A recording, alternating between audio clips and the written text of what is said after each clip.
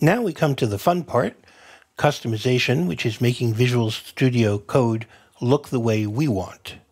Let's open up a project just to get started. I'll go back to Hello VSC. Not required to have one open, but it makes it a little easier to show some of the changes. And we're going to go up to Shift-Command-P once again and begin typing the word preferences. And notice one of the first things that I see is Open User Settings, and that's what I want. So I'm going to click on that, and I can see User Settings broken into different categories, such as Text Editor and so forth, and Workspace Settings broken into the same set of categories. The Workspace Settings are the settings that come out of the box. The user settings are the settings that you set that override the workspace settings.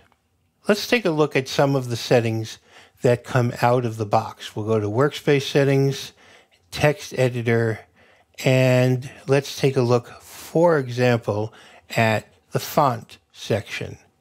It says font family, and it tells me that it was modified in user.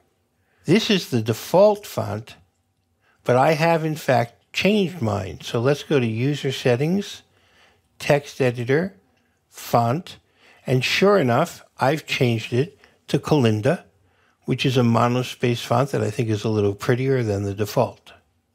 Similarly, I've changed the font size to 20. If we go back to Workspace Settings and we look at Text Editor, Font size, the default is 12.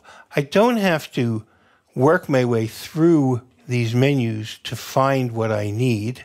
I can search for any setting that I would like. So for example, I can search for Save, and it immediately comes up in Workspace Settings and shows me the different settings for Save. Out of the box, it tells me that on Save, it's going to save automatically every 750 milliseconds. That's 3/4 of a second. And I have not modified that. If I go to User Settings, I can immediately modify what was there because it keeps me in the same place. So I can modify this to be 1000, a full second. If I go back to Workspace Settings, you can see that the default is 750, but it now says modified in user. Let's take a look at some of my favorite settings to override that you may choose to use or not as you please. On formatting, I've set 3 settings. Format on save is modified in the user. Notice I'm in the workspace setting. If I go to the user setting, format on save is checked. The effect of that, if we go to one of our files, let's go to app.js, is that if my formatting gets fouled up, let's bring this over here and this over here. Then when I save the file, let's hit Command-S, everything reformats the way I want it to be. Let's go back to our settings window. There are a few features here, including terminal, so that I have a cursor style of block when I'm in the built-in terminal.